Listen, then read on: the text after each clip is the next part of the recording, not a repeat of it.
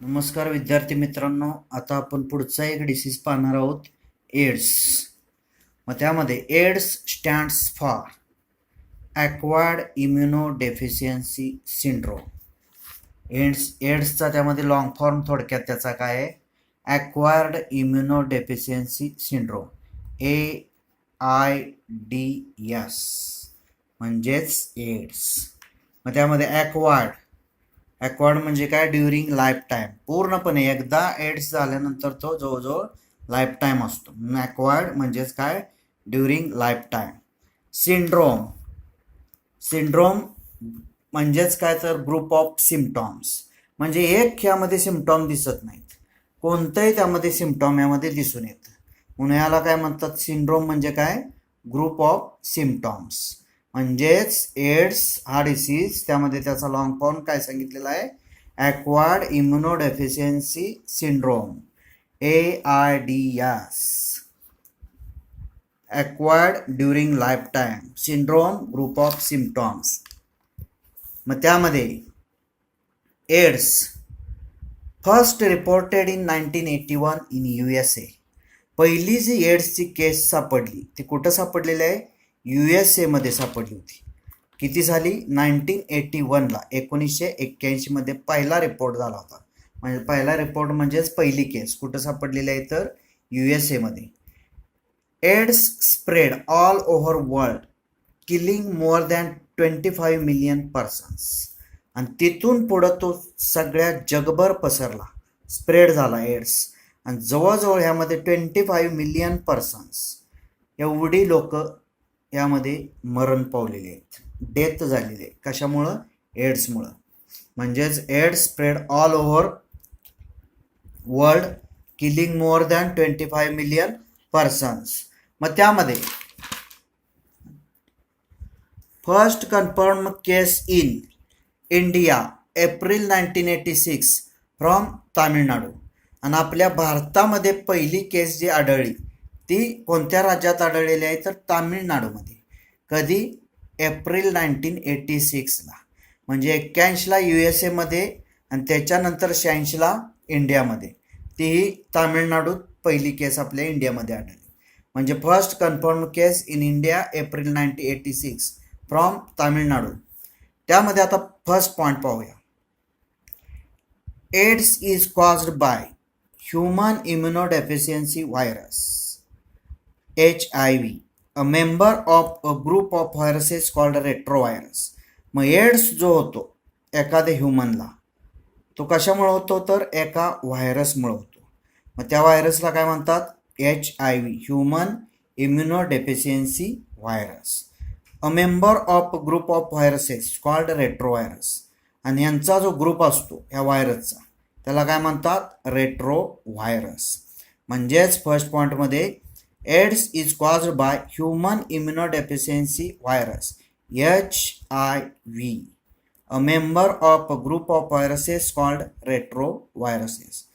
Second point, retrovirus have an envelope enclosing the RNA genome. Retrovirus जो group असतो मेंबरचा, तो काय करत असतो, RNA जिनोमला एन्क्लोज करतो, एन्व्हलप करून, म्हणजे त्याच्यावर कव्हरिंग टाकून. म्हणजे सेकंड पॉईंटमध्ये retrovirus have an envelope enclosing the RNA genome. RNA जिनोमवर त्याला बंदिस्त करण्यासाठी एक एन्व्हलप तयार करण्याचं काम रेट्रोव्हायरस करत असतात. Third point, after getting into the body of person, the virus enters into macrophages. मग त्यामध्ये after getting into the body of person means, म्हणजे एखाद्या पर्सनची जर बॉडी त्यांना मिळाली स्प्रेड होण्यासाठी, तर व्हायरस एंटर होतात. ते पहिल्यांदा कुठे एंटर होतात, मॅक्रोफॅजेसमध्ये एंटर होतात. म्हणजेच थर्ड पॉईंटमध्ये काय सांगितलेलं आहे, after getting into the body of person, the virus enters into macrophages. Next point, fourth, in the body RNA genome of virus replicates to form viral DNA with the help of reverse transcriptase enzyme. In the body म्हणजेच एखाद्या पर्सनच्या बॉडीमध्ये गेल्यानंतर R N A genome of the व्हायरसचा जो R N A genome आहे replicate होतो, म्हणजे त्याच्या प्रतिकृती तयार होतात. टू फॉर्म, आणि तयार काय करतो, व्हायरल डीएनए तयार करतो. विथ द हेल्प ऑफ, हे जे व्हायरल डीएनए असतात ते कशाच्या साहाय्याने तयार होतात, which enzyme, reverse transcriptase enzyme. कोणत्या एन्झाईमने तयार झालेले असतात हे व्हायरल डीएनए, तर रिव्हर्स ट्रान्सक्रिप्टेज एन्झाईम. याच्यावर MCQ येऊ शकतो. म्हणजेच फोर्थ पॉईंटमध्ये काय सांगितलंय, in the body R N A genome of the virus replicates. बॉडीमध्ये गेल्यानंतर आर एन ए जिनोम त्यामध्ये काय करतो, व्हायरसचे जे आर एन ए जिनोम आहेत ते रेप्लिकेट होतात आणि तयार काय करतात, to form viral DNA. Viral DNA तयार करण्याचं काम करतात. पण ते कोणाच्या साह्यानं, तर एन्झाईमच्या साह्यानं. Which enzyme, reverse transcriptase enzyme.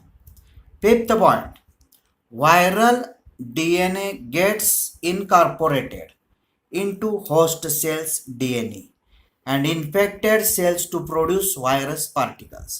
Viral DNA तो समाविष्ट होतो कशामध्ये, होस्ट सेल्स डीएनए मध्ये तो समाविष्ट होत असतो. अँड इन्फेक्टेड सेल्स, आणि त्या होस्टच्या सेल्स इन्फेक्ट करण्याचं काम करतो आणि इन्फेक्ट करून पुढं तयार काय करतो, तर प्रोड्यूस व्हायरस पार्टिकल्स. म्हणजेच व्हायरल डीएनए हा गप बसत नाही, तर बॉडीमध्ये गेल्यानंतर तो होस्ट सेलच्या डीएनए मध्ये इनकॉर्पोरेट होतो, म्हणजेच समाविष्ट होतो. आणि समाविष्ट झाल्यानंतर infected cells to produce virus particles. त्या होस्ट सेल्सला इन्फेक्शन होतं आणि त्या सेल्स तयार काय करतात, तर व्हायरस पार्टिकल्स प्रोड्यूस करण्याचं काम करतात. म्हणजेच fifth point, viral DNA gets incorporated into host cells DNA and infected cells to produce virus particles. Next point, sixth, the macrophages continue to produce virus, hence it acts like a HIV factory. आणि macrophages जो आहे तो continue काय तयार करतो, virus produce करण्याचं काम करतो, म्हणून त्याला काय म्हणतात, HIV फॅक्टरी. काय म्हणून ऍक्ट होत असतं मॅक्रोफॅजेस, HIV फॅक्टरी. याच्यावर सुद्धा MCQ येऊ शकतो. म्हणजे sixth point, the macrophages continue to produce virus. Continuously virus produce करतो मॅक्रोफॅजेस, आणि म्हणून त्याला काय म्हणून ऍक्ट होतो म्हणतात, तर HIV फॅक्टरी म्हणून तो ऍक्ट होतो. Hence it acts like HIV factory.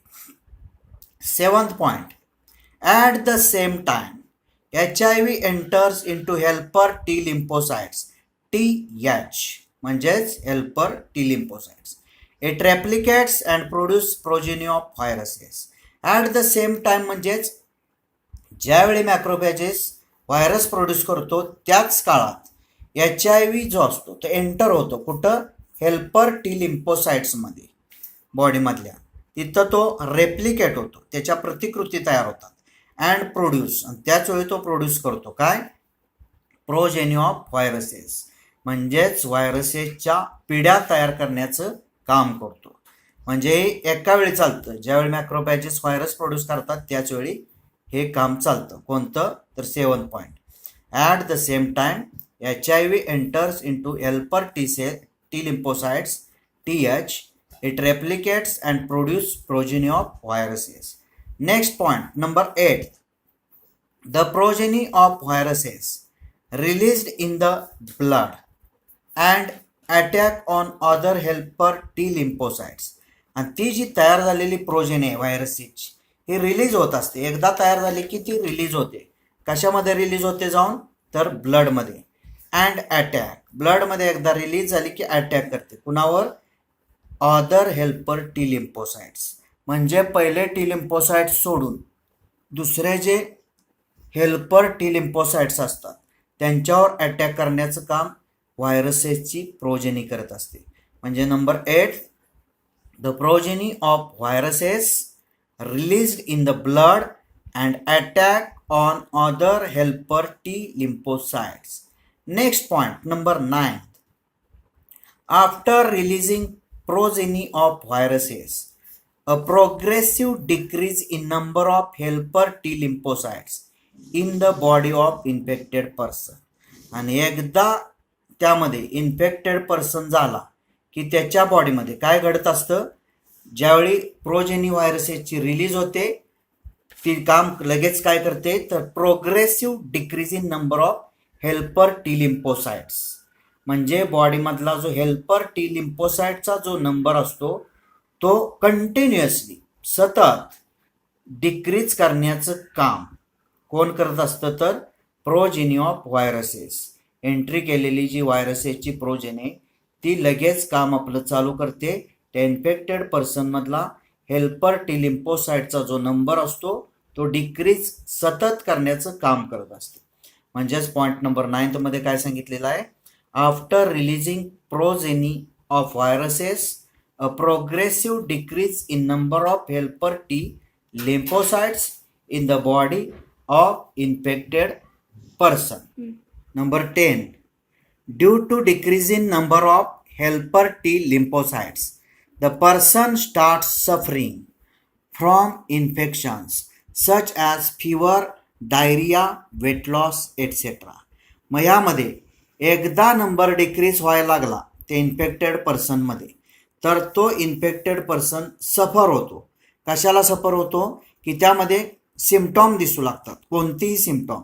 मग त्यामध्ये सांगितलेली सिम्पटॉम्स किंवा इन्फेक्शन कोणते आहेत तर फिवर, डायरिया, वेट लॉस ही त्यामध्ये काय दिसून येतात, इन्फेक्शन्स किंवा त्यामध्ये असणारी सिम्पटॉम्स ही इन्फेक्टेड पर्सन ज्यांना एड्स झालेला आहे त्यांच्यामध्ये दिसून येतात. म्हणजेच number 10, due to decrease in number of helper T lymphocytes, the person starts suffering from infections such as fever, diarrhea, weight loss, etc. And last, number 11, the patient is unable to protect against these infections because patient becomes so immunodeficient. आणि हा जो patient असतो AIDS झालेला, म्हणजे ज्यांच्यामध्ये infection एड्सचं झालेलं असतं तो पेशंट तो अनेबल असतो, त्याच्यासाठी अशक्य असतं स्वतःची बॉडी प्रोटेक्ट करणं किंवा स्वतःला प्रोटेक्ट करणं. का तर त्याच्यामध्ये इम्युनो डेफिशियंट असतो, म्हणजेच रोग प्रतिकार शक्ती त्याच्यात कमी आलेली असते. म्हणजेच काय सांगितलेलं आहे number 11, the patient is unable to protect against these infections because patient becomes so immunodeficient. असे पेशंट्स एड्स झालेले स्वतःची बॉडी प्रोटेक्ट करण्यासाठी त्यांच्यासाठी अशक्यप्राय गोष्ट असते. का तर त्यांच्यामध्ये प्रतिकार शक्ती कमी आलेली असते. मग यामध्ये डायग्नॉस्टिक टेस्ट आहेत निदान करण्याच्या, एड्स झाला ओळखण्याचे किंवा निदान करणे. त्यामध्ये फर्स्ट आहे एन्झाईम लिंक्ड इम्युनो सॉर्बंट ॲसे, एलायझा, त्या टेस्टला काय म्हणतात एलायझा टेस्ट. आणि सेकंड वेस्टर्न ब्लॉट, म्हणजे त्यामध्ये डायग्नॉस्टिक करण्याच्या ज्या 2 टेस्ट आहेत त्यामध्ये फर्स्ट आहे ती enzyme linked immuno sorbent assay ELISA, ELISA test, आणि दुसरी जी आहे ती वेस्टर्न ब्लॉट टेस्ट. धन्यवाद.